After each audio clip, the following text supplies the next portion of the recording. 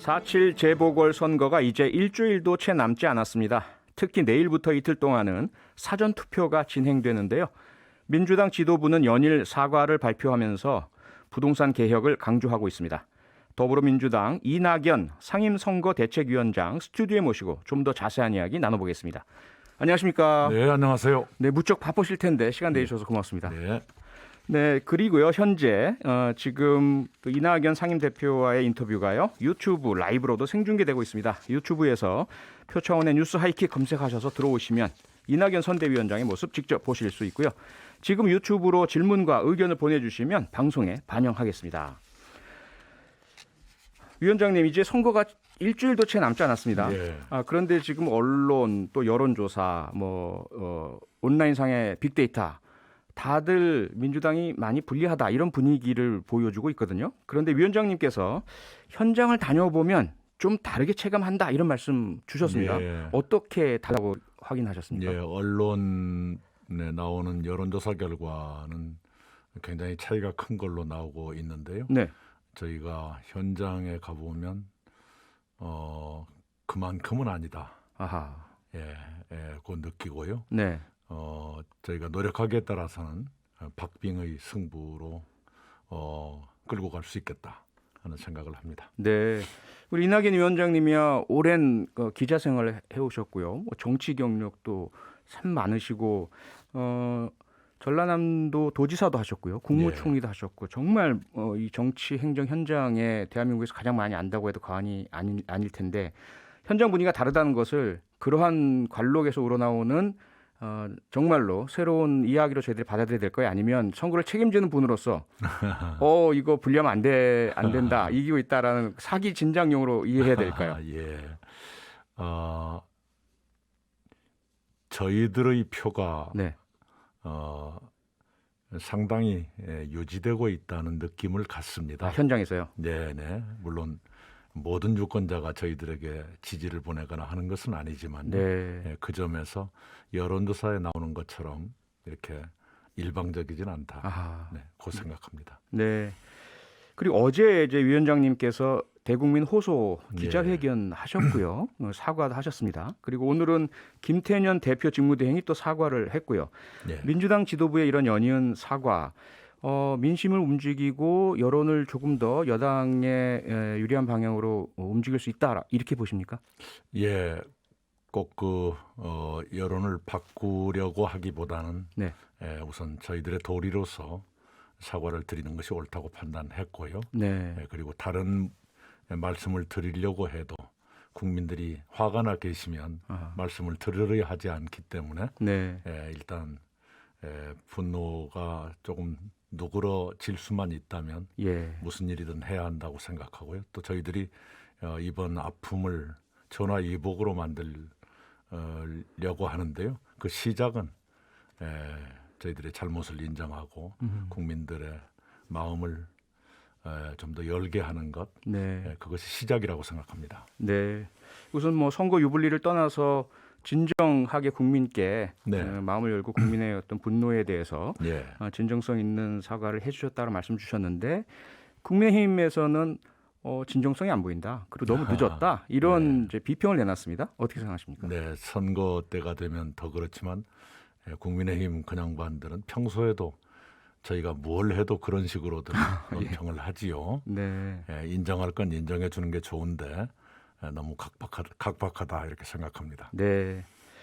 어제 기자회견에서 위원장님께서 부동산 관련해서 다양한 정책적 제안을 하셨습니다. 그중에 이제 가장 뭐랄까요, 이렇게 귀에 팍 꽂히는 게 내 집 마련 국가 책임제. 상당히 이게 뭘까 관심도 많이 가고요, 궁금해지기도 하고 다른 한편으로는 이게 좀 추상적이지 않나라는 생각도 드는데요. 설명을 좀 해주시죠. 우선 치매 국가 책임제가 있지요. 그래서 치매의 진단과 치료의 자부담 비용이 훨씬 낮아졌지요. 돌봄 국가 책임제는 이제 시작하려고 하는 것이죠. 그래서 어르신 돌봄뿐만 아니라 아이들부터 돌봄을 전생의 주기에 걸쳐서 해야 되겠다는 것이고 아직은 좀 시작 단계이기 때문에 갈 길이 남아 있습니다. 그와 마찬가지로 우리 내 집 마련, 내 집 마련이라는 건 처음으로 내 집을 갖는 그런 것이죠. 네. 에 대해서는 국가가 책임을 질 필요가 있다. 말하자면 본인 부담을 훨씬 낮게 해드려야 한다. 네. 는 뜻입니다. 네, 본인 부담을 훨씬 낮게 해드리는 방안과 방법은 무엇이 예를 있을까요? 들면 네. 청년과 신혼세대께는 50년 만기 모기지 대출 국가 보증제를 제가 예. 제안을 했습니다. 지금은 30년 만기 모기지는 있습니다만 네. 50년 만기 하면 이 상환 기간이 길기 때문에 아하. 매달 내는 그 이자 부담이 훨씬 떨어지죠. 네. 네. 예를 들어서 3억 원짜리를 LTV 70%로 사신다면 네. 한 달에 한 20만 원 정도 상환액이 줄어들더라고요. 아하. 30년 만기에 비해서 50년 네. 만기가. 예. 네네. 네, 그런 식으로 해서 네. 본인 부담을 줄여드리겠다 이런 취지입니다. 그러니까 50년 만기 그 주택 융자 모기지라고 한다면 30살에 예를 들어서 산다 그러면 80세까지 예. 상당히 좀 부담이 줄어든 예. 그런 그 이자와 원금을 네, 상환하면서 살 수 있도록 하고 내 집을 마련할 수 있게 네, 하겠다. 네. 이렇게 이해가 되는데요. 네. 이건 결국은 은행권이 융자를 해줄 수 있고 그런 여력이 있어야 가능할 것 네. 같은데요. 네. 은행권과 좀 교감도 있고 바로 추진 가능한가요? 예, 지금 모기지가 미국이나 일본에서도 국민들의 사랑을 받는 이유는 은행이 돈을 빌려주면서 그 주택을 담보로 해서 네. 주택담보증권을 발행해서 그 증권을 팔아서 원금을 회수하거든요. 네. 그런데 30년짜리를 보니까 상당한 정도로 그 증권이 인기가 있습니다. 네. 네. 예, 그래서 50년 만기도 가능하리라고 보고요. 예. 그거에 대해서 국가 보증제를 한다는 것은 국가가 일정한 부분을 부담하겠다는 뜻도 되니까요. 네. 네. 그렇게 해서 청년이나 신혼세대가 첫 주택을 갖는 것만이라도 부담을 훨씬 적게 해드릴 필요가 있겠다. 네. 그런 생각을 합니다. 예. 그리고 역시 부동산 관련해서 이낙연 위원장께서 말씀하신 그런 대국민 사과의 표현 중에 후회하는 듯한 이런 네. 모습이 있다라고 해서 아마 들으셨겠지만 김종인 국민의힘 비대위원장이 예. 여당 선대위원장이 정책에 대해서 후회하는 듯한 모습을 보인다. 정치에서 후회라는 건 끝을 의미한다. 이렇게 좀 강하게 예. 말씀을 하셨는데 네. 어떻게 생각하십니까? 우선 LH 사태에 대해서 후회한다는 건 어제 기자회견문에 있었던 건 아니고요. 네. 유세 때 그런 말을 했죠. 예. 왜 몰랐을까? LH 내에 그런 문제가 있을 수 있다는 걸 왜 짐작하지 못했을까? 아하. 하는 데 대해서 후회가 남는다. 총리 시절에요? 네? 총리 시절에 이걸 모르셨다는 것을 그렇습니다. 후회한다. 총리 시절에도 그런 일이 있었던 것 같은데 네네. 왜 그런 걸 몰랐을까? 몰랐을까? 왜 그럴 수 있다는 걸 이렇게 생각을 예측을 못했을까? 하고 예. 예방을 하려고 하지 않았을까 하는 데 대한 후회를 말하는 건데요. 네. 김종인 위원장님이 그 말씀을 하신 건 좀 아쉬운데요. 예. 정치인이 지나간 일에 대해서 잘못된 것은 반성도 하고 후회도 하는 것이 옳지요. 네. 그저 누구처럼 자꾸 말 바꾸고 거짓말하고 정당 옮기고 그것이 정치라고 생각한다면 그건 아니지 않나 네. 생각합니다. 후회도 하고 반성도 하는 것이 새로운 시작이 될 수 있는 것이지요. 네. 어떻게 해서 반성하지 않는 정치만 좋다고 생각하시는지 국민의힘은 그런 정치를 계속 하려고 그러는 것인지 모르겠습니다. 네. 네. 국민께 진정한 사과와 또 과거 문제에 대한 후회에 네. 대한 표현 이 부분을 진정성 있게 안 봐주는 부분 이분이 예. 상당히 아쉽다 이렇게 네네. 이해하면 되겠죠. 그리고 이제 상대 오세훈 후보의 내곡동 땅 특혜 의혹 상당히 이제 민주당에서 강하게 비판을 하고 있는 부분인데요. 오세훈 후보는 영향력을 행사한 적이 없다, 몰랐다 이러한 이제 주장과 표현들을 계속 사용해오고 있습니다. 네. 이런 부분에 대해서는 어떻게 생각하십니까? 우선은 이번 일은 본인이 자초한 겁니다. 네. 내곡동 땅의 존재를 몰랐다. 그것이 무슨 지구로 지정되는 것을 몰랐다. 그것이 내 마음 속에 없다. 의식에 없다. 안 갔다.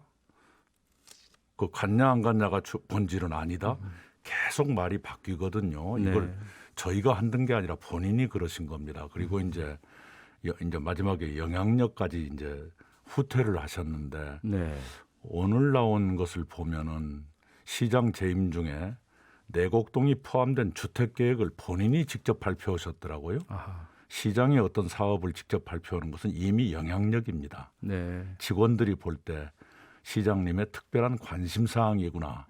그러면 훨씬 더 열심히 하게 되고 때로는 무리해서라도 성과를 내려고 하지요. 네. 예, 우리 직원들이 흔히 메모 같은 것 또는 문서에도 무슨 시장님 또는 지사님 관심사항 이렇게 쓰면 그건 네.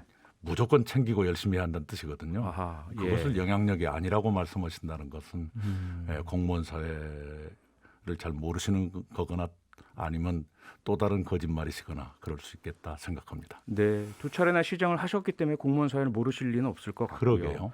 오늘 지금 이낙연 위원장께서 주신 말씀이 민주당에서 공개한 자료고요. 네.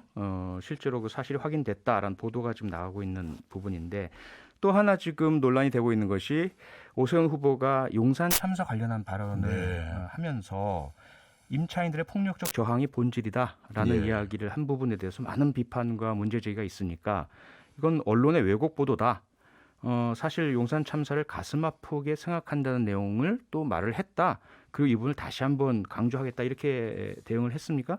했습니다. 여기 대해서 어떻게 생각하십니까? 예, 본인이 그 임차인들의 과도한 폭력이라는 용어를 썼고요. 네. 그것이 문제의 시작인 것처럼 말씀하신 것은 사실이지요. 네, 그러시고 참 안타까운 것이 그 당시에 6분이 현장에서 목숨을 잃으셨고 나중에 한 분이 또 돌아가셨는데요. 사람의 죽음 앞에 그런 말을 할 수가 있을까? 참 비정하신 분이다. 오늘인가 장애인 단체에서 만나서 무슨 정책 건의서를 드렸는데 다시 돌려줬더라고요. 아하. 예. 네, 그럼 굉장히 뜻밖이었습니다. 믿기 어려울 정도로 네. 잔혹하신 분이구나 이런 생각을 했습니다. 예. 약자들한테 잔혹하다. 네. 예, 이런 부분을 지적을 하신 것으로 이해가 됩니다. 그런 부분들에 대해서 과연 그러면 오세훈 후보는 어떤 형식으로 어떻게 책임을 져야 한다고 생각하십니까? 우선은 뭐니 해도 임차인들이 삶의 터전을 잃은 것 그러다가 그것에 대해서 생존권을 주장하셨는데 그걸 진압하고 탄압해서 목숨을 잃게 됐다는 것에 대한 깊은 사과가 있어야지요. 그리고 네. 유가족들의 서름에 대한 공감이 있어야 되지 않겠나 생각합니다. 네. 우선은 유가족들께 대한 진정한 네. 사과가 필요하다라는 말씀이신데요. 그런데 이제 오늘 그 위원장님께서 하신 말씀에 대해서 또 이제 비판들이 네. 또 나오고 있습니다. 아마 잘 아시고 계시겠지만 지원 유세 중에 이제 오세훈 후보에 대한 그런 네. 문제 제기를 하시면서 임기 1년짜리 시장이 싸움만 하겠다는 것은 아니라고 생각한다. 네. 시의회에 가서는 109명 중에 101명하고 싸우면 무엇을 어떻게 하겠다는 말인가? 이 부분을 이제 언론이 보도하면서 네. 그럼 결국 민주당의 시의원들 다수가 시장에게 협조하지 않겠다는 거냐? 이게 협박이다. 이런 식의 논조도 있거든요. 어떻게 생각하십니까? 의회는 어디나 다수결의 원칙이 있는 것인데요. 네. 다수결의 원칙을 말하는 것이 어떻게 협박일까요? 네. 네. 그래서 힘들고 어려울 것이다. 이런 취지이셨습니까? 그러면요. 그리고 어떻게 해서 그 의회와 협력해서 시민들을 위해서 뭔가를 하겠다. 저 같으면 그렇게 말씀했겠어요. 아하, 예. 그러니까 무조건 안 된다가 아니라 이러한 그 의회 지형도 생각을 해서 어떻게 그럼요. 하면 그걸 돌파해서 시장을 잘할 것인지를 밝혀야 네. 한다. 이것이 옳다. 이런 당연히 취지란 말씀이죠. 적어도 시장이 되겠다고 하면요. 누구나 다른 당과도 잘 협의하겠다든가 그렇게 말하는 게 상식 아닌가요? 네네. 그런데 네. 심판하겠다 그러면 당연히 의원들도 그에 대해서 방어적인 자세가 되기 쉽겠죠. 그것이 무슨 협박이겠습니까? 네. 시간이 다 돼서요. 마지막 질문 드려야 될 것 같습니다. 내일부터 이제 사전 투표입니다. 마지막으로요. 박영선 후보가 서울시장이 되어야 하는 이유 짧게 주십시오. 무엇보다도 자영업, 소상공인, 중소기업을 도와왔고 그것에 대해서 잘 아는 사람이죠. 약자에 대한 깊은 연민을 가지고 있는 사람입니다. 이 시기에 그런 시장이 필요하다고 생각합니다. 네, 오늘 말씀은 여기까지 듣겠습니다. 지금까지 민주당 이낙연 상임선대위원장과 함께했습니다.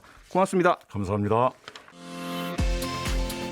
평일 저녁 6시 5분에 여러분을 찾아갑니다. MBC 라디오 표창원의 뉴스 하이킥.